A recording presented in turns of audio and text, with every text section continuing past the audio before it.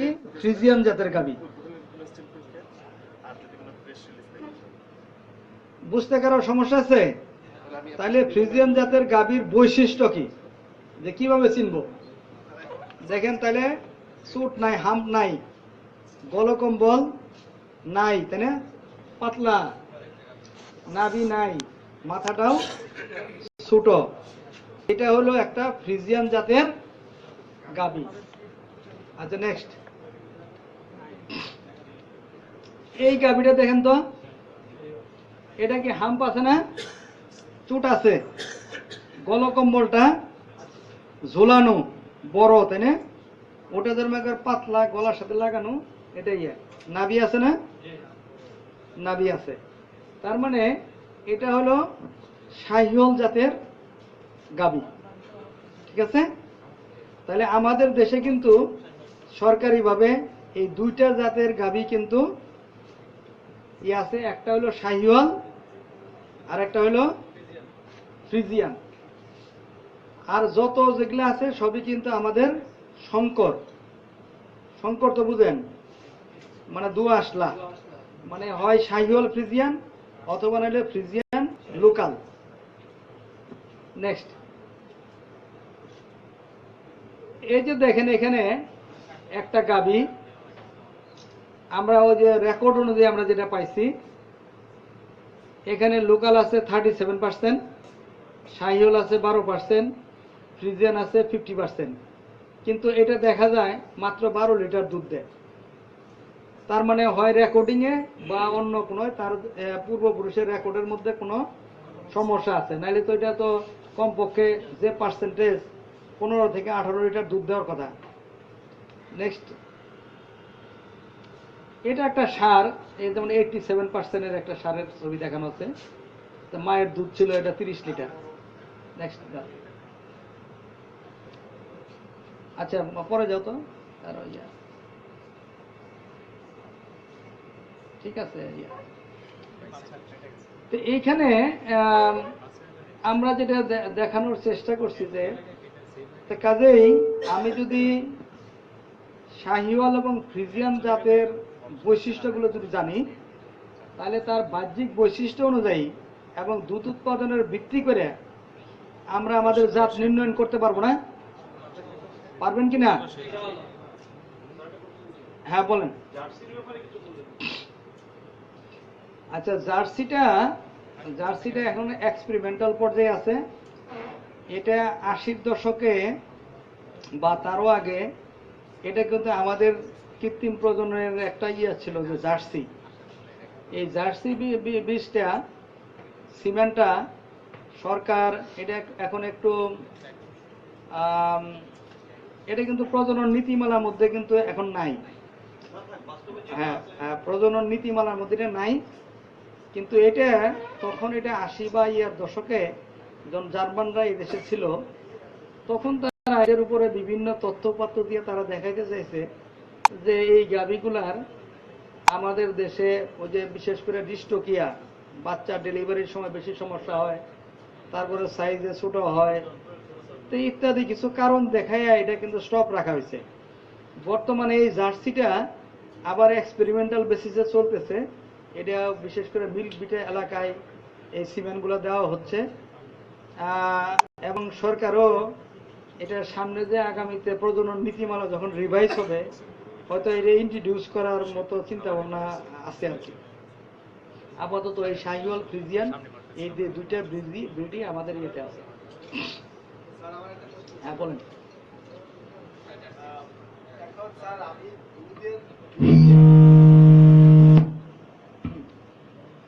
দুধকে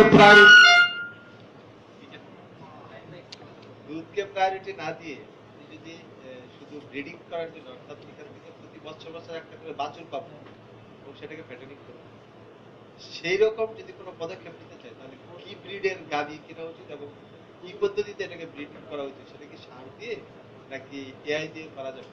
আমার জাস্ট দুধটা প্রায়োরিটি না, দুধ যা হবে সবই আমার বাছুর খেয়ে ফেলবে, এই যাতে প্রতি বছর বছর একটা বাছুর পাই, এটার জন্য আমি কি পদক্ষেপ নেব? ধন্যবাদ। আসলে মিল্কের জাত এবং বিফের জাত এটা দুইটাই কিন্তু সম্পূর্ণ আলাদা। হ্যাঁ, যেমন ব্রয়লার এবং লেয়ার, তাই না? আমরা যদি ব্রয়লার এবং লেয়ার যদি একত্র করি তাহলে আমরা কিন্তু কোনো কাঙ্ক্ষিত রেজাল্টই কিন্তু পাবো না।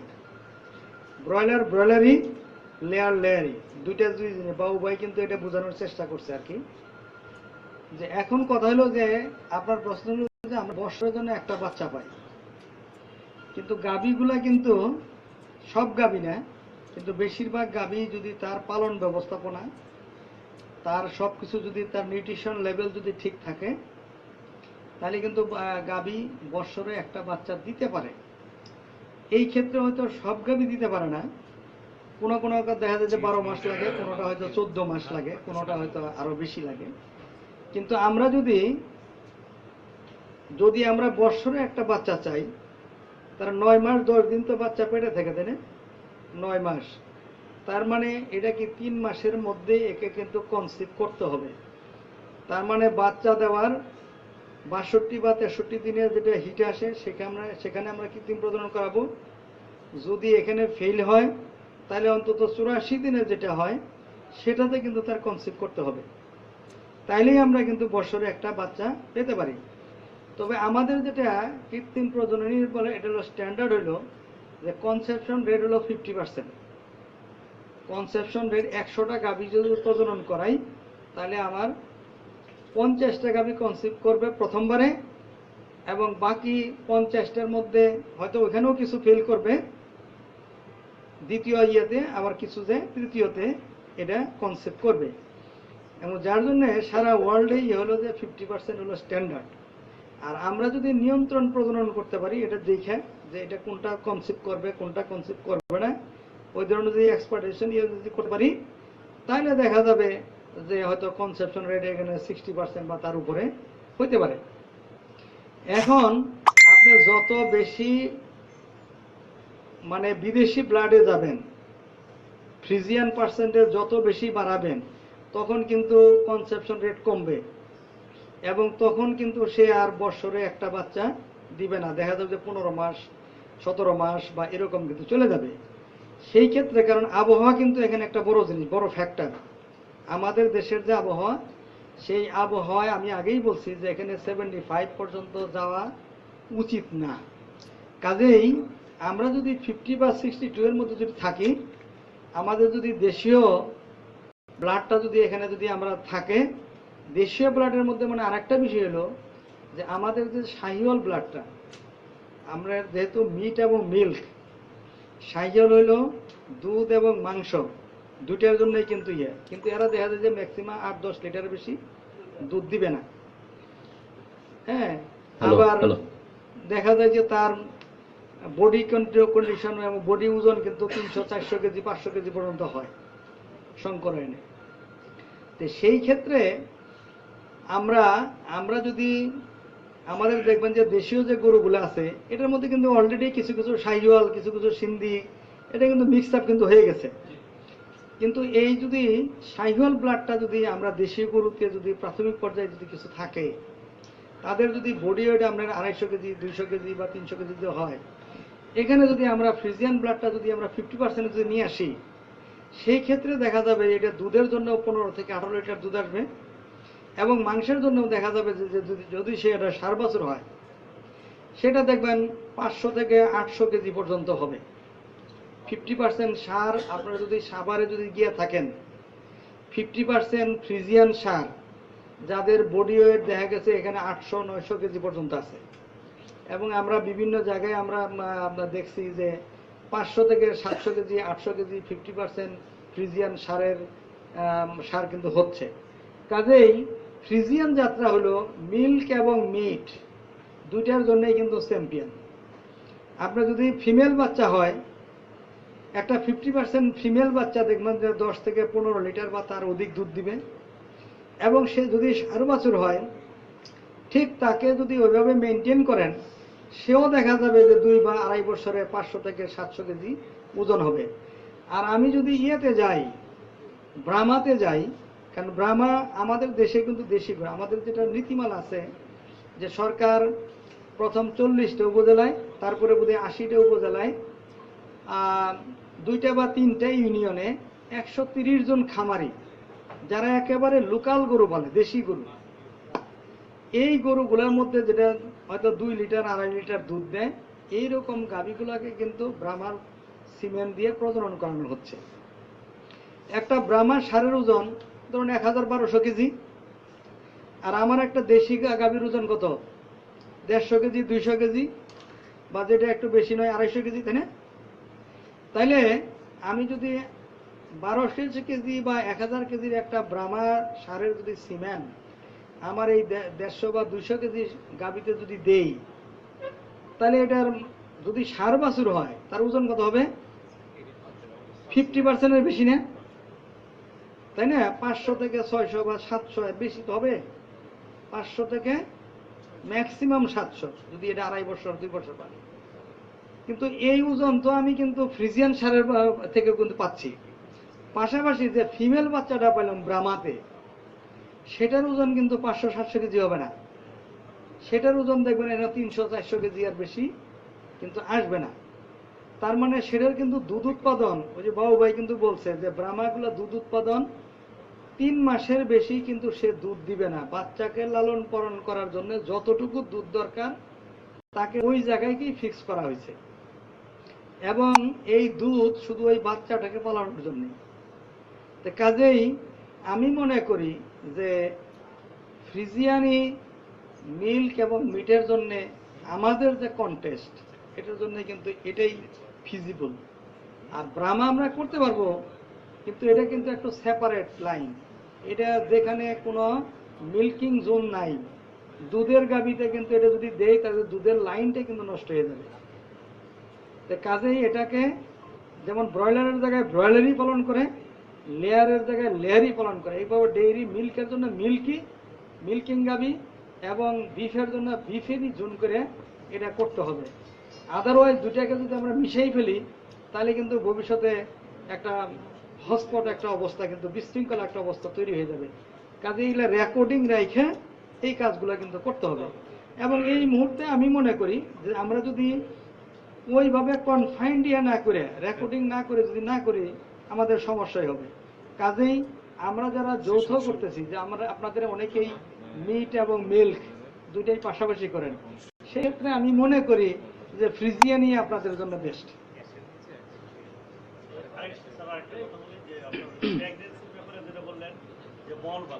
হ্যাঁ হ্যাঁ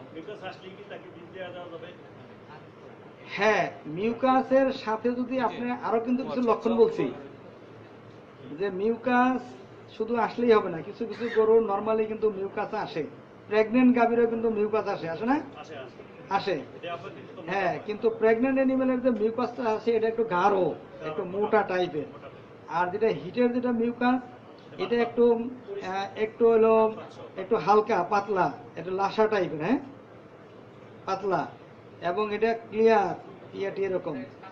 এবং এর সাথে আপনি দেখবেন যে ওই যে ভালবাডা পশ্চাৎ জায়গাটা ফোলা ফোলা, তেল তেলে, টানটে, মিউকাস মেমব্রেন।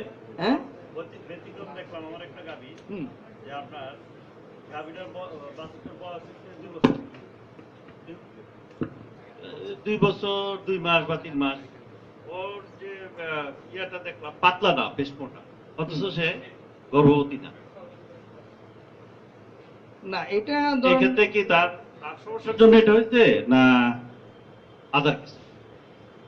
এটা ধরুন মিউকাস আসতেছে, এটা বিভিন্ন কারণে। তার যদি নিউট্রিশনাল ইয়ে যদি থাকে সেই ক্ষেত্রে আসতে পারে, কোনো যদি ডিজিজ কন্ডিশন থাকে সেই ক্ষেত্রেও এই ধরনের মোটামল আসতে পারে। আর কনসিপ্ট থাকলে তো ওইরকম আসতেই পারে। না কনসেপ্ট, আর যেহেতু কনসিপ্ট নাই, হয়তো তার কোনো জরায়ু গঠিত কোনো সমস্যা আছে, অথবা নিউট্রিশনাল কোনো ইনব্যালেন্স আছে, এই ধরনের কারণে হয়তো সেটা হইতে পারে। বুঝতে পারছি। হ্যাঁ বলুন। আমার একটা গাভী রানিং ল্যাকটেশন অলমোস্ট 10 মান্থস। তো এটা আপনার 3 মাস আগে ডাকছিল একবার, তখন ডাকার পরে তা আমরা কোনো মিউকাস দেখতে পাইনি তার। তো আমি তাকে 12 ঘন্টা ফলো আপ করলাম, দেখলাম যে না, কোনো মিউকাস দেখতেছি না। বাট সে খুব হাই টেম্পারেচার ছিল, হ্যাঁ, সব দিক থেকে আপনি যে লক্ষণগুলো বললেন অলমোস্ট সবগুলোই ছিল, বাট মিউকাস ছিল না, এই জন্য দেই নাই। তো 21 দিন পর আবার সাইকেলটা ঠিক সেরকমই আসছে, সবকিছু একই রকম, বাট মিউকাস নাই। তখন আমি আমেরিকান ডেডির এক ইয়াকে কল দিলাম, এআই, হুম। বললাম আসেন, কোনো মিউকাস নাই, বাট আপনি আজকে এটা দেখবেন হাঁটুকে যে হ্যাঁ কোনো জ্বরের ইনফেকশন আছে কিনা বা অন্য কোনো প্রবলেম আছে। সে হাত ঢোকানোর সাথে সাথে প্রায় কেজি খানেক মল আসলো। হ্যাঁ, সে বললো কই মল তো ঠিকই আছে, সবকিছু ওকে, বাট কোনো ডিসচার্জ হচ্ছিল না। আমি 12 আওয়ার্স দেখছিলাম। তো এটা কেন হইলো, সে স্বাভাবিকভাবে কেন আসলো না, এটা একটু কাইন্ডলি আনসারটা দিচ্ছি। ধন্যবাদ। ওই যে আমরা কিন্তু আগেই বলছি যে সব গরু কিন্তু ডাকেও না, লাফায়ও না। আমরা হিট ডিটেকশনটা করব, আমার ওই যে ক্যালেন্ডার দেখে ওই যে 21 দিনের যে সাইকেল সেটা দেখব। পাশাপাশি সব গরু কিন্তু মল আসবে না, কিছু কিছু গরু দেখা যায় যে 21 দিন পর পর যদি হিটে আসে, ওই যে আপনি যেটা বললেন যে সেই হাত দিয়ে দেখে যে মিউকাস ভিতরে আছে কিন্তু বের হয় নাই। এখন কথা হলো, আমরা যেহেতু রুটিনলি এগুলা দেখি না, সকাল দুপুর রাত, আমি বলছি কিন্তু 3 টাইম দেখতে হবে। যে একবার যদি দেখি কত পার্সেন্ট, 60%, দুইবার দেখলে 75 বা এরকম, তিনবার দেখলে 85 থেকে 90। এখন সে হয়তো মল অন্য সময় সে কিছু কিছু আছে যে তার কন্ট্রাকশনের এর কারণে মলটা ধরে রাখে, পরবর্তী হয়তো সে যখন রিল্যাক্স অবস্থা থাকে সে হয়তো বের হয়ে যায়, ওই সময় হয়তো আমরা দেখি নাই। বা কিছু কিছু ক্ষেত্রে অন্য কোনো তার কন্ডিশনের কারণে এটা হইতে পারে। তো এই সমস্ত ক্ষেত্রে ওই যে আমাকে দিনে 3বার এটাকে অবজার্ভ করতে হবে, এবং রুটিনের সাথে মিলে যদি আমরা ইয়ে করি সেটা অবশ্যই হবে। আর নাইলে হাত আমরা দিলে কিন্তু এটা অবশ্যই মিউকাসটা আমরা দেখতে পাবো। এবং ওর সাথে যদি আমার ওই যে 21 দিনের যদি ইন্টারভেল ঠিক থাকে, আমি ডেফিনেটলি ধরে নেব যে এটা হিটে আসছে।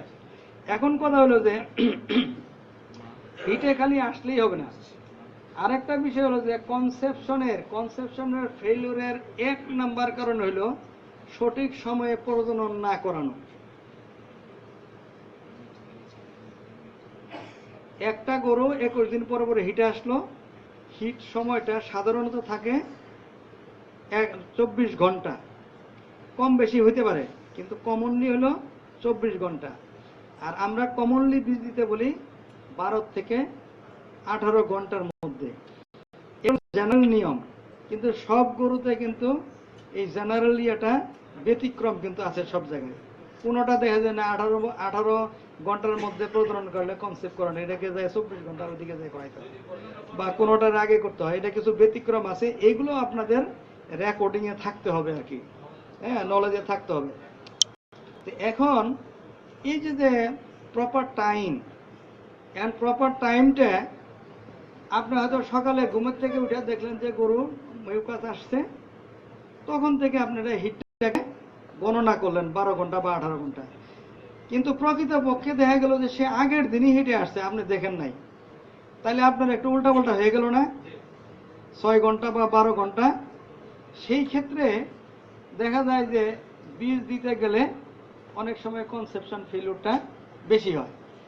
তা আমরা যখন চিটাঙে আমরা এরকম ইয়ে করলাম, এফএদের নিয়ে বসলাম যে গরু প্রকৃত সময়ে প্রজননের সময়েই তোমরা বীজ দিবা, বলে স্যার আমাদের হয়তো খবর দিয়ে নিয়ে গেল, গিয়া দেখলাম যে কেবল হিটে আসছে, এখন বীজ দেওয়ার সময় নাই, অথবা বীজ দেওয়ার সময় পার হয়ে গেছে, এখন আমি গেছি এখানে। অনেকেই তো বলে না, দুই একজন আবার একটু মুখ খারাপ বলে ফেলায় যে স্যার এখন আমি গেছি, এখন বীজ দেওয়ার সময় হয় না, যদি বীজ দিয়ে না আসি তাহলে তো আমার এখানে যাতায়াত খরচও দিব না। তো যার জন্য আমরা হিটে থাকলেও বীজ দিই, না থাকলেও দিই। হ্যাঁ, তখন আমরা খামারিদের নিয়ে বসলাম যে ভাই হলো এই হলো ঘটনা, আপনারা কি করেন। এরও কিন্তু আমরা পাশে রাখছি। আমরা তাদেরকে বললাম যে গরু তোমরা আগে গিয়া রেকটাল পালপেশন করে দেখবা যে বীজ দেওয়ার উপযুক্ত সময় হয়েছে কিনা, যদি না হয় তুমি চলে আসবা, বিকেলে যায় যখন সময় হবে তখন দিবা, অথবা তাকে বলে আসবা যে না এখন হিট শেষ, এখন প্রজনন করা যাবে না, পরবর্তী হিটে আসলে আমাকে অমুক সময় জানাবেন, তাহলে কনসেপশনই হবে। তখন খামারিরা বললো যে না, ওনারা ওইভাবে করবে, আমরা ওনার যাতায়াত করবো, একবার কেন 2বার আসবে। এখন কিন্তু চট্টগ্রামের যারা এফিআই কখন বীজ দিতে হবে খামারিরা কিন্তু নির্ণয় করে যে আমার গরু তখন গরম হয়েছে, তুমি অতক্ষণে আসবা। বা যদি গিয়া দেখছে যে আগে দেখো যে প্রয়োজন বীজ দেওয়ার সময় হয়েছে কিনা, করোনা হয় নাই, তাহলে তুমি বিকালে আসবা, তোমার এই যে যাওয়ার খরচ নিয়ে যাও। তো এইভাবে কিন্তু দেখা গেছে যে ওখানে কনসেপশন রেট এগুলো আগের চেয়ে অনেক ইয়ে। তারপরে দেখা গেছে যে গরম পানি ঠান্ডা পানি দেওয়া, থার্মোমিটার দিয়ে মাপা, তারপরে যে টিস্যু দিয়ে মুছানো, বিভিন্ন টেকনিক যে আছে সেই জিনিসগুলা খামারিরা অবজার্ভ করে এবং তারা অবজার্ভ করে। এই নিয়ম কানুনের মধ্যে এখন কথা হলো যে খামারিদের জানতে হবে যে আমরা যদি খামারি যদি মানে ডেইরি খামারে কাজ করে খামারিরা এই সমস্ত টেকনিক্যাল জিনিসগুলা খামারিদের জানতে হবে। খামারি যদি জানে তখন আমার লোকগুলাকে বলতে হবে আপনি এইভাবে করতেছেন, এখন এইভাবে করেন বা এই করেন। আর আপনি যদি না জানেন আপনারা তো 7 মাস বুঝাইব, তখন দেখা যাবে যে অস্ট্রেলিয়াটা দিতে ওই 1000 টাকা লাগবো, জাপানিটা দিতে হইলো 800 টাকা দিতে হইব, হ্যাঁ দেশিটা দিলে হয়তো 300 টাকা বা 200 টাকা। অথচ সরকারি যে সিমেন্ট এটা জাপানির যা দাম ওই দেশিটারও তাই দাম। এখন যদি আমি যদি না জানি তাহলে আমাকে কিন্তু ব্লাভ দিবে। এই জন্য আমি মনে করি যতক্ষণ পর্যন্ত খামারিরা এই সমস্ত টেকনোলজিগুলা বা টেকনিক্যাল এগুলো যতক্ষণ পর্যন্ত না জানবে ততক্ষণ পর্যন্ত কিন্তু আমরা ডেইরি খামারগুলাকে ওই পর্যায়ে নিতে পারবো না। কারণ আমাকে তো আগে জানতে হবে, তারপরে তো আমি এই যে লাইফস্টাইল ডিপার্টমেন্টের যে লোকজন আছে তাদের কাছে আমি কি চাইবো, আমি তো জানি না। আমি জানলেই আমাদের কাছে চাইবো। এই জন্যই আমারই হলো যে আসলে প্রত্যেকটা জেলাতে ডেইরি অ্যাসোসিয়েশন হইতে হবে, এই ধরনের প্রোগ্রামের আয়োজন করতে হবে। আপনারা যখন জানবেন তখন আমাদের কাছে চাইতে পারবেন। তো এই জিনিসটা কিন্তু সরকারের লোক কিন্তু আমরা চাইবো না যে আপনারা অ্যাসোসিয়েশন করেন, আপনারা সংগঠিত হন। এটা কিন্তু কোনো সরকারি ডিপার্টমেন্ট এটা চাবে না। কারণ যখনই এটা চাবে, আপনারা যখন সংগঠিত হবেন আমাদের কিন্তু অনেক জবাবদিহিতা বেড়ে যাবে। আমরা কিন্তু আপনাদেরকে 7 পাঁচ বুঝাইতে পারবো না, কাজেই আমাদের জবাবদিহিতা বেড়ে যাবে। কিন্তু আমার যেটা দৃষ্টিভঙ্গি হলো যে যতক্ষণ পর্যন্ত খামারিরা টেকনিক্যাল নো-হাউ না জানবে তাদের খামার সেভাবে ম্যানেজ করতে পারবে না এবং ডিপার্টমেন্টের কাছে অনেক কিছু চাইতে পারবে না। আমি তো মনে করি যে খামারি যদি সংগঠিত হয় খামারিরা নিজেরা তো চলবেই, এই ডিপার্টমেন্ট চালাবে। সেটাই হলো যার জন্য খামারিদেরকে আগে আসতে হবে।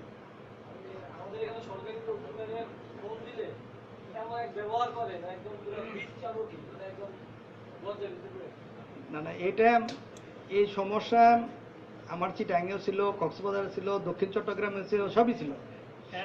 আমি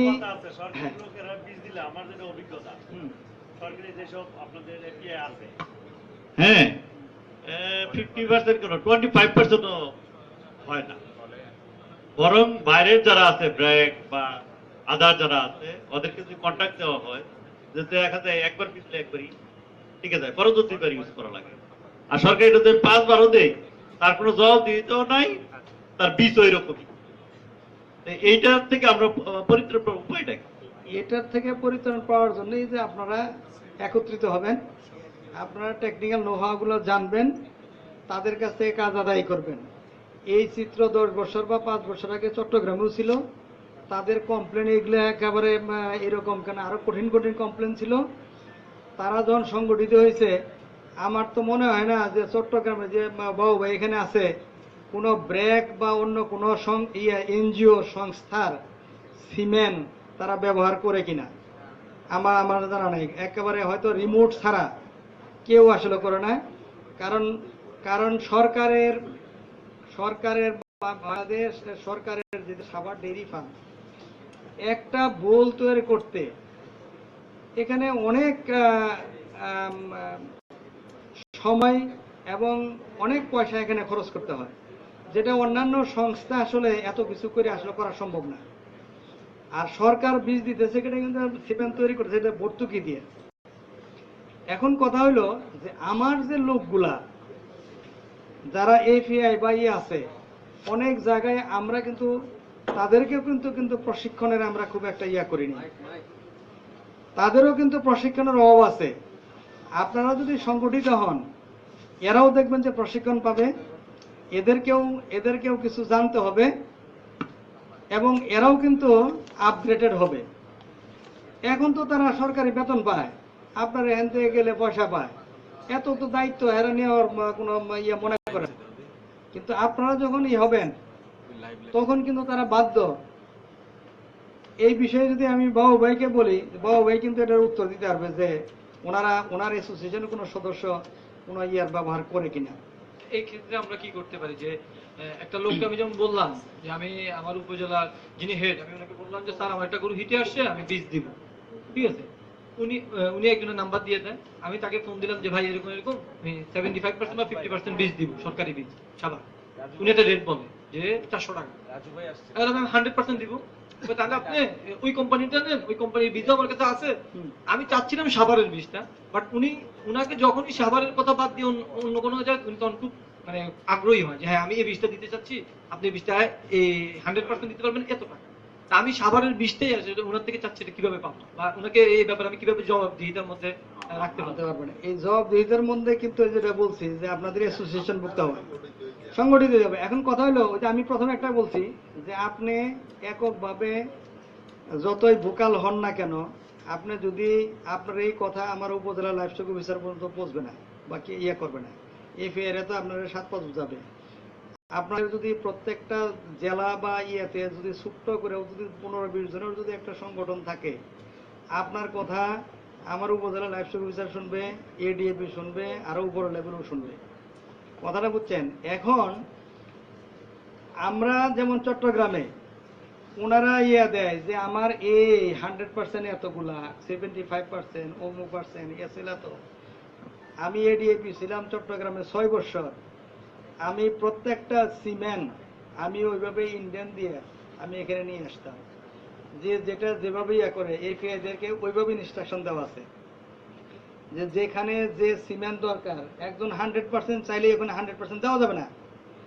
কারণ দেখা যায় যে একটা 100% ফ্রিজিয়ান জাতের গাভী সিমেন্টের যে বাচ্চা হয়, এটা 30 থেকে কোনো কোনো ক্ষেত্রে 50 কেজি পর্যন্ত ওজনের লাইফ হয়। একটা বাচ্চা জন্মের ওজন হয় 30 থেকে 50 কেজি পর্যন্ত।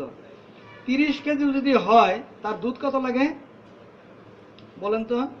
একটা বাছুরের লাইভ ওয়েট যদি জন্মের সময় 30 কেজি হয়, তারে দুধ খাওয়াতে হবে তার বডি ওয়েটের 10 ভাগের 1 ভাগ কম পক্ষে, তার মানে 3 কেজি। যদি এটা 40 কেজি হয় তাহলে 4 কেজি। আমরা তখন বলি যে অনেকে দেখা যায় যে হ্যাঁ 100% ফ্রিজিয়ান দেন, কিন্তু সেই লোক দেখা যায় যে 2 লিটার দুধও খাওয়াবে না। যদি 2 লিটার দুধও না খাওয়ায়, 1.5 লিটার দুধ না খাওয়ায়, সেই বাচ্চাটা কিন্তু বাঁচবে না। তখন বদনাম হয় যে না বিদেশি বাচ্চা বাঁচে না। এটা কিন্তু বাস্তবতা। আমরা এই জন্যই বলছি যে খামারির মানসিকতা, বাচ্চারে দুধ খাওয়ানোর মানসিকতা, তার পালন ব্যবস্থাপনা ইত্যাদির উপর বেসিস করেই কিন্তু তাকে আমরা বীজ দিতে বলছি, সে কত পার্সেন্ট বাচ্চা সে পালতে পারবে সেটার উপরেই। আর এই বিষয়গুলো হলো যে আপনারা যদি বিশেষ করে সিমেন্টগুলো সংরক্ষণ করে প্রত্যেক ঘাটা ডিস্ট্রিক্টের জেলা কৃত্রিম প্রজনন কেন্দ্রের সহকারী পরিচালকগণ, এডিএপি, যেমন ঢাকা ডিভিশনের আপনার কাজী আলাউদ্দিন রুটে আছে, তো এরকম বিভিন্ন জেলায় এবং উপজেলা লাইভস্টক অফিসাররাও কিন্তু এগুলো জানে। আপনারা তাদের মাধ্যমে আপনারা ইয়ে করবেন যে হ্যাঁ আমার এখানে এই লেভেলেরই আছে, আমার 50% থেকে 75% বা 1% সিমেন্ট দরকার। তবে 100% বীজ যারা ব্যবহার করে, আমাদের উপরে থেকে একটা নির্দেশনা আছে যে তাদের রেকর্ড অবশ্যই মেনটেন করতে হবে, এবং এই রিপোর্টগুলা এফআইআর মাধ্যমে উপজেলা লাইভস্টক অফিসার এডিএপি কে দিবে, এবং এডিএপি আমাদের যে সেন্ট্রাল যে ডিডিআই আছে তার এখানে আমাদের পাঠাইতে হয়। এই ঝামেলার জন্যে অনেক যে রেকর্ড রাখতে হবে, খামারিদের কাছে রেকর্ডটা, বাচ্চা রেকর্ডটা নিতে হবে। এই জন্য অনেকেই করে কি বলো না এটা 100% বীজ নাই। ওই যে চট্টগ্রামের একজন বলতেছে যে স্যার আপনার সময় তো আমরা যেটা চাইতাম হেঁটেই পাইতাম, এখন হেরা কই যে 100% বীজ নাই, আমি কে বলছে 100% বীজ আমি যেগুলো রেখে আসছি সেটাও তো আরো 6 মাস লাগবে এটা শেষ করতে। তো কাজেই এই তাদের কিছু নেগলিজেন্সি আছে। এই জিনিসগুলা আপনাদেরকে অন্তত এডিএপি লেভেলে জানাইতে হবে। তাদের কাছে হয়তো 3 মাসে হোক 6 মাসে হোক এই সমস্ত জায়গায় আপনাদেরকে প্রতিনিধিদের যাইতে হবে। আছে, এখনো আছে, এখনো হেরে নাকি বুঝাইছে যে এটা এখন আসে না বা দেওয়া যাবে না, কারণ যে ধরনের কোনো ইয়ে নাই তো আছে। তো কাজী 100% আমরা খালি ওটাই রেস্ট্রিক্ট করছি যে ওই যে খামারিকে বুঝাই যে 100% দিল তার গাভী এমনি 75%, তাহলে 87% হবে। এই বাচ্চাটাকে টিকানো যাবে না বা তার ওই ধরনের ব্যবস্থাপনা নাই, সেটাকে আমরা বলছি যে খামারিদেরকে কোনটাকে কত পার্সেন্ট দেওয়া যাবে, কোন জায়গায় 100% দেওয়া যাবে, সেই জায়গাটাকে আমরা রেস্ট্রিক্ট করতে বলছি। তার আরেকটা বিষয় সেটা হচ্ছে যে আমার এলাকায় যারা সরকারি যে এআই কর্মী আছে তাদের মাধ্যমে বীজ দিলে আমি প্রথমে ব্র্যাকের মাধ্যমে দিয়েছিলাম, তারা 300 টাকা করে নিত। কিন্তু সরকারি কর্মীদের থেকে নিলে আরো কম নেওয়ার কথা, কারণ সরকারি বীজের দাম তো কম। তো এখন দেখা যাচ্ছে সরকারি কর্মী যে ভালো, সবার হাত তো একরকম না, যিনি সবচেয়ে ভালো তার থেকে বীজ নিলে সে 500 টাকা নিচ্ছে। তো আমি যখন জিজ্ঞেস করলাম কেন 500 টাকা নিচ্ছেন, বীজের তো রেট কম, তো বললো তাহলে যে কম দেয় আপনি তার থেকে নেন। তো আমি তাকে কি করতে পারি? না, এটা তো সে বলতেই পারে না। এটা যেহেতু সে বলতেই পারে না, সে তো সরকারি চাকরি করে। মাঠকর্মী যারা এআই, মাঠকর্মী এই তো এরা তো সরকারি বেতন নেয় না। জি জি জি, সরকারি বেতন ভুক্ত এরা আছে। আর আমাদের কিছু স্বেচ্ছাসেবী এরও একটা ই করা আছে, তারাও 500 টাকা এখানে চাইতে পারে না। কিন্তু আমাকে বিলও দিয়ে গেছে। না, বিল তো দিতেই পারে না। ওটা সাদা কাগজে, হ্যাঁ, যে না, ওই বিলটা যদি আপনি উপজেলা লাইভস্টক অফিসার অথবা এডিএপি সাহেবকে যদি প্রডিউস করেন, জি জি, সে তো এটা নেওয়ার মতো সে অধিকার রাখে না। ওদেরকে ওখানে বলা আছে যে তোমরা 75 টাকা 70 টাকা সরকারিভাবে একটা বীজ তারা নেয় 70 টাকা দিয়ে, ওইখান থেকে 30 টাকা বা 27 টাকা তারা জমা নেয়, আর বাকি টাকাটা আবার তাদেরকে ফেরত দেওয়া হয় বা তারা নেয়।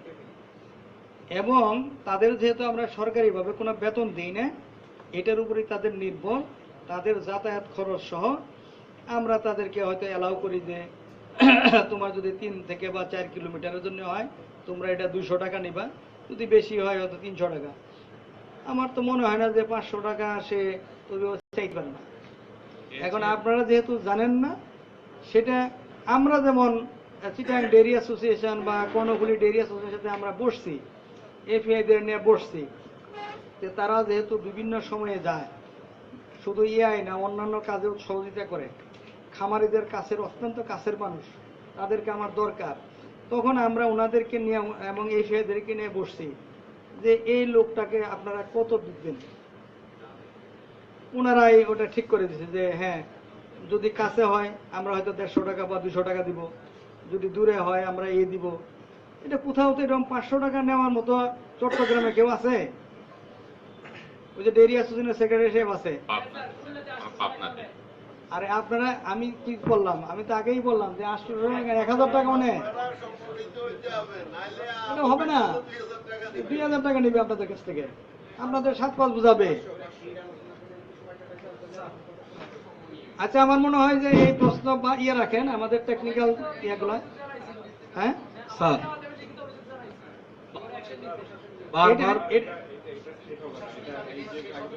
আচ্ছা, আমার মনে হয় যে এই বিষয়টা আপনার আগে ইয়ে হন, এটা পরের বিষয়। যদি টেকনিক্যাল সাইডে কোনো জানা থাকে সেটা বলেন। টেকনিক্যাল বিষয় হলো যে মানে আমরা বারবার বীজ দেওয়ার পরেও যদি গাভী কনসেপ্ট না করে, সেই ক্ষেত্রে ফার্টিনল নামে যে ইনজেকশনটা আছে সেটার ব্যবহার করলে কোনো ক্ষতি হবে কিনা, এই সম্পর্কে একটু জানতে চাই। আচ্ছা, আমি এটা কনসেপশন ফেলিউরের উপরে আসলে একটা টপিকসই বলতে হবে। এটা যদি 2-1 কথায় উত্তর দেওয়া আসলে এটা কঠিন ব্যাপার।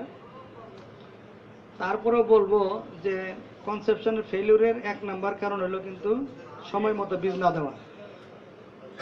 এখন ফার্টিলন বা হরমোন সবসময় কাজ করে যদি অ্যানিম্যালটা সুস্থ এবং স্বাভাবিক থাকে, তার হেলথ ভালো, তার হিট সাইকেল ঠিক মতো নিয়মিত, তার আদার কোনো অ্যাবনর্মালিটি বা ইনফেকশন নাই, এই সমস্ত ক্ষেত্রে আপনার কিন্তু হরমোন কাজ করবে। যেমন আপনি ফার্টিলন বা ফাটাজাইল সেগুলো যদি দেওয়া যায় তাহলে এখানে কনসেপশন রেট বাড়বে। অনেক সময় দেখা যায় যে কনসেপশন ফেল করার 1 নম্বর কারণ হলো নিউট্রিশন। আপনার যদি কাঁচা ঘাস না পায় বা তার যে পরিমাণ নিউট্রিশন পাওয়ার দরকার সেটা যদি না পায়, সেই ক্ষেত্রে যে কনসেপশন ফেল হবে এটাই কিন্তু বড় কারণ।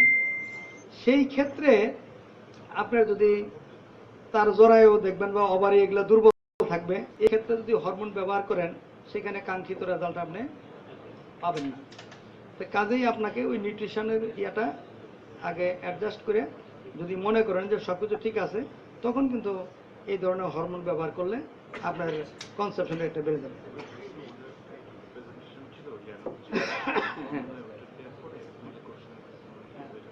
ঠিক আছে, এই ব্যাপারে আমার মনে হয় যে অপশনিন আর একটা ইয়ে দিবে আর কি।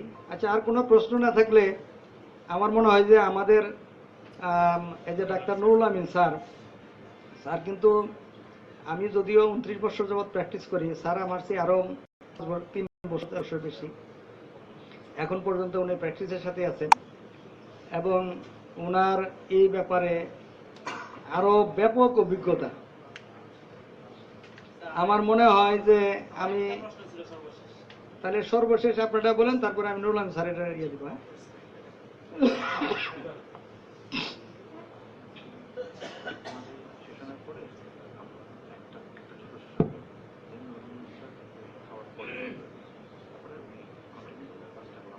ঠিক আছে, ওটা যে ইয়ে পাই যেটা করে।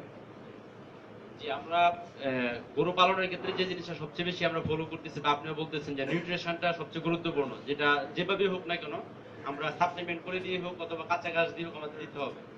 সেই ক্ষেত্রে যে জিনিসটা আমি এখন জানতে চাচ্ছি যে আপনি বলেন যে 75 এর উপরে আমাদের কোনো গরুকে নেওয়া উচিত না, কিন্তু অনেক ফার্ম আছে আমাদের জানাশোনার মধ্যে, আমাদের এখানেই আছে অনেকে যাদের 50% গরু আছে যেগুলো আপনার 75 এর উপরে। সেই ক্ষেত্রে আমরা কি করতে পারি? সেই ক্ষেত্রে আমরা যদি তারা প্রপার নিউট্রিশন দিয়ে লালন পালন করতে পারে, যেরকম অনেকে 40+ গরু আছে, 40 লিটার উপরে দুধ দেয়, যদি প্রপার নিউট্রিশনে পালন করতে পারে বা তার সেই ক্যাপাবিলিটি থাকে, সে কি 70+ এর দিকে যাবে না ওই পর্যন্ত থেকে যাবে? না, এখন কথা হলো যে আমাদের যে আবহাওয়া, বিশেষ করে যদি আমরা আবহাওয়াকে আমরা যদি কন্ট্রোল করতে পারি, এবং যদি ওই পরিমাণ আমরা নিউট্রিশন দিতে পারি, তাহলে আমরা 75 সীমিত আকারে আমরা এটা করতে পারবো। 75% বা অ্যাবাভ আমরা করতে পারবো, কিন্তু তাকে ওই পরিমিত নিউট্রিশন এবং এনভায়রনমেন্ট, বিশেষ করে আমি বলতেছি যে মোটামুটি সেমি এনভায়রনমেন্ট কন্ট্রোলের দিকে যাইতে হবে। আমরা হাউসটা অন্তত টানেল ফ্যান হোক, বা ওই যে আমাদের যেমন বিদেশি মুরগিগুলো পালতেছি না, আগে তো আমরা ওপেন হাউসে পালতাম, এখন কিন্তু কন্ট্রোল হাউসে পারি। ওইখানে একবার টেম্পারেচার এবং হিউমিডিটি মেইনটেইন করে এগুলো পালি। এরকম কিন্তু পাকিস্তান এবং অন্যান্য দেশেও তারা কিন্তু এগুলা করতেছে, করা যাবে। কিন্তু আমাদের আবহাওয়া এবং নিউট্রিশন, কারণ আমাদের যে ঘাস, আপনি যখনই 30 লিটার বা 40 লিটার আপনি যাবেন, মিল্কটা তো পুরাটাই তো নিউট্রিশন, পুরাটাই তো মানে এখানে পুষ্টি। সেই ক্ষেত্রে আমার যে ঘাস, যেটা বললাম যে ওয়েস্টার্ন কান্ট্রিতে যে ঘাস, আলফাফা ঘাস, সেখানে 30% প্রোটিন আছে, আর আমার দেশের যে ঘাস 7% বা 8%-এর উপরে কোনো প্রোটিন নাই। সেই ক্ষেত্রে আমরা যদি এই ধরনের নিউট্রিশন প্রোভাইড করতে পারি এবং আবহাওয়াকে যদি কন্ট্রোল করতে পারি, আমরা করতে পারবো। কিন্তু আমার মনে হয় যে এটা হয়তো সবাই পারবো না। যেরকম আমাদের যে প্রোটিন পার্সেন্টটা আমরা কন্ট্রোল করতে চাই, আমরা আমাদের দেশে অ্যাভেলেবল সয়া মিল পাওয়া যায় বা প্রোটিন রিলেটেড যে খাবারগুলো পাওয়া যায়, পাশাপাশি হলো আপনার বিভিন্ন প্রতিষ্ঠান অপশনিনের ইনভাইট সৌজন্যে আমরা আজকে প্রোগ্রামটা করতেছি। ওনাদের বেশ কিছু প্রোডাক্ট আছে যেগুলো মিনারেলস প্লাস ভিটামিন, যে আমি বুঝছি এটা। এখন কথা হলো যে গরুর নিউট্রিশন আর মুরগির নিউট্রিশন কিন্তু এক না। মুরগিকে দেখা যায় যে কনসেন্ট্রেটের মাধ্যমেই এক ধরনের খাবার দিয়েই তাকে এখানে কিন্তু প্রোটিন এনার্জি মেনটেন করা যায়। কিন্তু ডেইরি কিন্তু সম্পূর্ণ উল্টা। গরুর আমরা জানি যে গরুর কিন্তু স্টোমাকে 4 ভাগে বিভক্ত, চারটা কম্পার্টমেন্ট আছে। বড়টা এর মধ্যে কিন্তু রাফেজ লাগবেই। তার যদি এখানে এনভায়রনমেন্ট, তার পিএইচ, তার মেনটেন করার জন্য গরু, আমরা আগেই বলছি যে গরু তৃণভোজী প্রাণী, আঁশ জাতীয় খাবার খেয়ে সে জীবন ধারণ করে, নাইলে তার এনভায়রনমেন্ট ঠিক থাকবে না। আমি হয়তো সয়াবিন বা ওই যে ভুট্টা দিয়ে এনার্জি নিতে পারবো, প্রোটিন নিতে পারবো, কিন্তু তার পেটের যে এনভায়রনমেন্ট, আঁশ ছাড়া আমি কিন্তু এখানে এগুলো ইউটিলাইজ করতে পারবো না।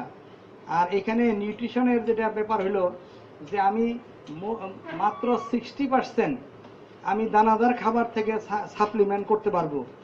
40% আমার অবশ্যই আঁশ জাতীয় খাবার থেকে আমার নিউট্রিশন আসতে হবে, পুষ্টি আসতে হবে। কাজেই এই যে 40% এই যে দানাদার খাবার থেকে আমার যে পুষ্টিটা আনতে হবে, এটাই হলো সবচেয়ে ইম্পর্টেন্ট জিনিস। কারণ আমি খালি সয়াবিন বা বাড়াই দিলে এখানে তো এনভায়রনমেন্ট ঠিক থাকবে না, পেটে দেখা যাবে যে উল্টাপাল্টা হয়ে যাবে। তো কাজেই এটাকে ওইভাবে চিন্তা ভাবনা করেই ইয়েটা করতে হবে। Thank you sir. আমার নয়, বুঝতে পারছেন? জি। তো ধন্যবাদ সবাইকে। আমি আর আজকে আর কথা বাড়াই নেই। ভবিষ্যতে যদি আরো এই ধরনের প্রোগ্রাম হয়তো হবে, আমরা চেষ্টা করব আপনাদের সাথে থাকার জন্য। তো ধন্যবাদ সবাইকে। Thank you.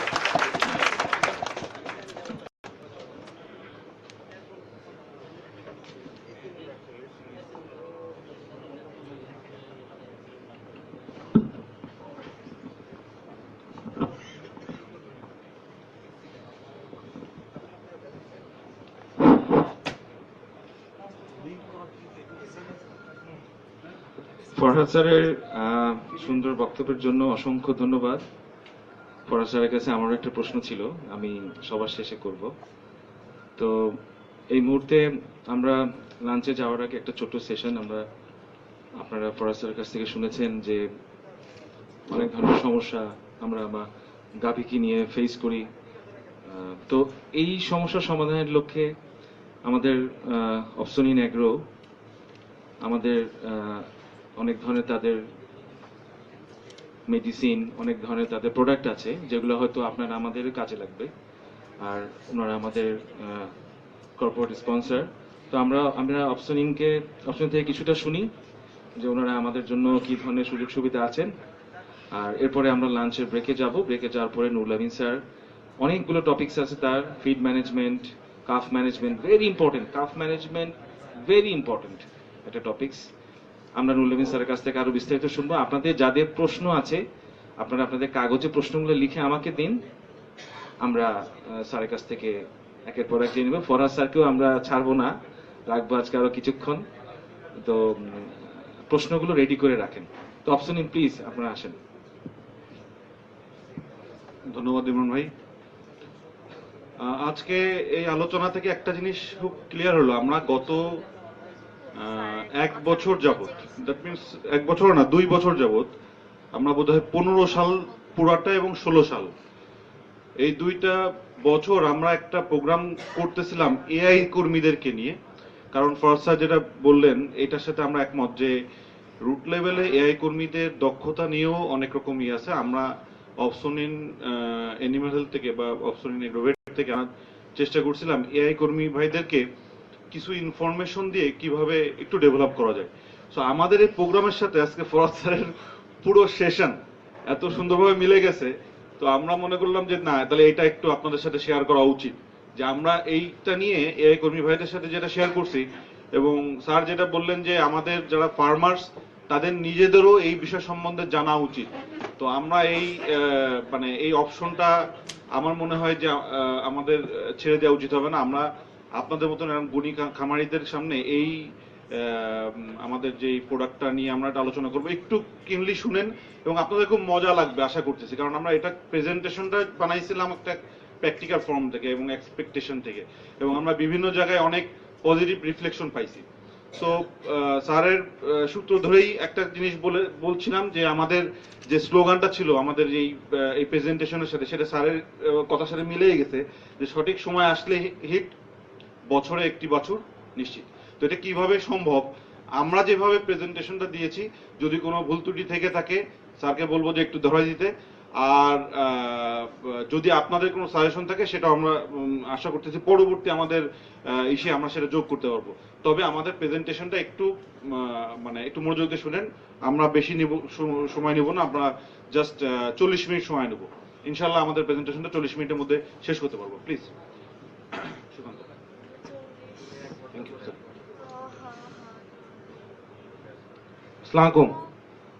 তো আমরা স্যার যেটা বলে গেলেন, তো আমরা একটা ক্যাম্পেইন করছিলাম যেটা হচ্ছে ওই হিট রিলেটেড বিষয় নিয়ে, যে আমাদের স্লোগানটা ছিল এরকম যে সঠিক সময় আসলে হিট, বছরে একটি বাছুর নিশ্চিত। তো আমাদের কনসেন্ট্রেশন ছিল হচ্ছে আমাদের খামারি ভাইয়েরা এবং মেইনলি হচ্ছে আমাদের যারা এআই কর্মী ভাইয়েরা আছেন তাদেরকে জিনিসটাকে আরো লার্ন করা, মানে জিনিসটার সাথে তাদের যে বিভিন্ন ধরনের এক্সপিরিয়েন্স শেয়ার করে এবং সায়েন্টিফিক কিছু ডাটা, মানে আমরা এখানে যা প্রোভাইড করছি সবই হচ্ছে সায়েন্টিফিক ডাটা যা আমরা বিভিন্ন জার্নাল থেকে ইন্টারনেট থেকে কালেক্ট করে এই মানে প্রেজেন্টেশনটা রেডি করছি। তো স্যার তো বলেই গেলেন যে এখানে আমরা প্রথম যারা শুরু করছিলাম এইভাবে যে হিটটা কি, ওই যখন একটা গাভী যখন সারের সাথে জন্মলে আগ্রহ প্রকাশ করে সে অবস্থাকেই হিট বলে। স্যার বলে গেছেন যে 8 থেকে 18 মাস বয়সে সাধারণত 8 থেকেই শুরু হয়। এটা মানে বডির টোটালি বডির ফিজিওলজি এবং তার বডিতে যে হরমোনাল কন্ডিশন থাকে সেই অনুযায়ী এটা নির্ভর করে, মানে যে ইন জেনারেল যেটা 8 থেকে 18 মাস বয়স থেকে সাধারণত হিটে আসাটা শুরু হয়। তো এই হিটে আসাটার যে ব্যাপারটা এই টোটালটাই নিয়ন্ত্রিত হয় একটা সাইকেলের মাধ্যমে, সেটা হচ্ছে স্ট্রাস সাইকেল, যেটা হিউম্যানে মেনস্ট্রুয়েশন সাইকেল হিসেবে পরিচিত। এই স্ট্রাস সাইকেলটা আসলে কি, এই টোটালটাই হচ্ছে একটা হরমোনের খেলা। আমরা হরমোন রিলেটেড একটা কোয়েশ্চেন শুনছিলাম। তো যাই হোক, নর্মালি উপরওয়ালা যেভাবে সৃষ্টি করছেন সেহেতু তাদেরকে মানে 100% প্রাণীতেই মানে হরমোনের একটা নির্দিষ্ট রুল আছে এবং এই অনুযায়ী তৈরি করা হয়েছে। তো আমরা এখানে জাস্ট সংক্ষেপে স্টার সাইকেলটা একটু তুলে ধরার চেষ্টা করছি। এখানে কিছু হরমোনের ইনভলভমেন্ট আছে। তো আমরা যেটা দেখছিলাম যে স্টার সাইকেলটা টোটালি নিয়ন্ত্রিত হয় হচ্ছে, প্রথম যেটা নিয়ন্ত্রণ করে সেটা হচ্ছে আমাদের ব্রেনের হাইপোথ্যালামাস। তো হাইপোথ্যালামাসের যে পার্টটা আছে, তো হাইপোথ্যালামাসের থেকে যে ব্রেনটা যেটা মিডে যেটা আমাদের ব্রেনে থাকে সেটা হচ্ছে হাইপোথ্যালামাস। তো হাইপোথ্যালামাস থেকে একটা হরমোন রিলিজ হয়, এই হরমোনটার নাম হচ্ছে GnRH বা গোনাডোট্রোফিন রিলিজিং হরমোন। এই হরমোনটা যখন রিলিজ হয় তখন এটা যে পিটুইটারি গ্ল্যান্ড আছে, একটা গ্ল্যান্ড আছে আমাদের পিটুইটারি গ্ল্যান্ড, এটা মস্তিষ্ক মানে সিএনএস এর মধ্যে আছে। এই হরমোনটাকে পিটুইটারি গ্ল্যান্ডকে স্টিমুলেট করে। যখন পিটুইটারি গ্ল্যান্ডটা স্টিমুলেট হয় তখন পিটুইটারি গ্ল্যান্ড থেকে আরেকটা হরমোন নিঃসৃত হয়। প্রথম হাইপোথ্যালামাস একটা হরমোন নিঃসরণ করতেছিল GnRH যে পিটুইটারি গ্ল্যান্ডটাকে যখন স্টিমুলেট করে তখন আরেকটা হরমোন নিঃসৃত হয়, সেটার নাম হচ্ছে FSH, সেটা হচ্ছে ফলিকুল স্টিমুলেটিং হরমোন। তো FSH-টা যখন নিঃসৃত হয় তখন সেটা যে ওভারিতে হিট করে, তখন ওভারিতে কি হয়, একটা ফলিকুল তৈরি হয়। ফলিকুলটা হচ্ছে কি ডমিন্যান্ট ফলিকুল, এই ফলিকুলটাকে বলা হয় ডমিন্যান্ট ফলিকুল। এই ডমিন্যান্ট ফলিকুলটা যখন তৈরি হয় তখন ডমিন্যান্ট ফলিকুল একটা হরমোন নিঃসরণ করে, যে হরমোনটার নাম হচ্ছে ইস্ট্রোজেন। এই ইস্ট্রোজেন হরমোনের কিন্তু দুইটা রুল আছে। এই ইস্ট্রোজেন হরমোন যখনই রিলিজ করে ডমিন্যান্ট ফলিকুল, তখন এই যে একটা অংশ দেখেন আপনারা, যখনই ইস্ট্রোজেন হরমোনটা রিলিজ হয় তখন তো আমরা সাইন নিয়ে, হিটের সাইন নিয়ে অনেকগুলা জিনিস দেখছি। এই ইস্ট্রোজেন হরমোন যতক্ষণ পর্যন্ত নিঃসৃত হবে না ততক্ষণ পর্যন্ত গাভী তার হিটের সাইনটা প্রকাশ করবে না। হিটের সাইন যেগুলাই হোক, যেমন তার ডাকা বা তার মিউকাস নিঃসরণ, যদি তার ফিজিওলজিক্যাল কন্ডিশন ঠিক থাকে। অ্যাবনর্মালিটি যদি থাকে ফিজিওলজিক্যাল কন্ডিশনে, আমরা দেখছি অনেক সময় মিউকাস আসে না বা তার হিটের যে জেনারেল সাইনগুলা শো আপ করে না। তবে এই জেনারেল যে সাইনগুলো শো আপ করে সেটা টোটালি নির্ভর করে এই হরমোনটার উপরে। এই হরমোনটার নাম হচ্ছে কি ইস্ট্রোজেন। তো ইস্ট্রোজেন হরমোনটা কি করে, যখনই রিলিজ হয় তখনই পানিটা গরম এবং এটাকে কি করে, ও তখনই হিট প্রকাশ করে এবং তার যে ওভারি এবং তার যে রিপ্রোডাক্টিভ যে অর্গানটা আছে সেটাকে উপযোগী করে তোলে। কিসের জন্য, ওই যৌন মিলনের জন্য ইন জেনারেল। তারপরে ইস্ট্রোজেন আরেকটা কাজ করে, সেটা হচ্ছে পিটুইটারি গ্ল্যান্ডকে যায় এটা স্টিমুলেট করে। আবার পিটুইটারি গ্ল্যান্ড যখন আবার এগেইন স্টিমুলেট হয় তখন সেখান থেকে আরেকটা হরমোন নিঃসৃত হয়, সেটার নাম হচ্ছে লিউটিনাইজিং হরমোন বা LH নিঃসৃত হয়। LH এর দুইটা কাজ থাকে। LH-টা কি করতেছে, যে ফলিকুলটা হয়েছিল এই ফলিকুলটাকে পরিপক্ক করে এবং ফলিকুল থেকে ডিম্বস্ফুটনের সহায়তা করে। এই ফলিকুল থেকে যে ডিমটা বের হয়, বীজটা, ডিম্বাণুটা, এই ডিম্বাণুটা বের করতে সহায়তা করে এবং ডিম্বস্ফুটনের পর ফলিকুলে কর্পাস লিউটিয়াম সৃষ্টি করে। এই কর্পাস লিউটিয়াম কি করে, আরেকটা প্রজেস্টেরন হরমোন নিঃসরণ করে। এই প্রজেস্টেরন হরমোন যেটা তখন কি করে, যখন ফলিকুলটা পরিপক্ক হয়ে যায় তখন প্রজেস্টেরন হরমোন নিঃসৃত হয়। তো প্রজেস্টেরন হরমোনটা যখন নিঃসৃত হবে তখন কি হয়, এই প্রজেস্টেরন হরমোনটা কি করে, এখান থেকে ফলিকুল স্টিমুলেটিং হরমোনের নিঃসরণটা বন্ধ করে দেয়। কারণ এটা যদি আবার রিলিজ হয় তাহলে দেখা যাবে কি আবার ডমিনেন্ট ফলিকুল তৈরি হয়ে যাবে, আবার সাইকেল শুরু হবে। যখন সবকিছু প্রসিডিওর ঠিক মতো যায় তখনই কি হয়, প্রজেস্টেরন হরমোনটা নিঃসরণ হয়।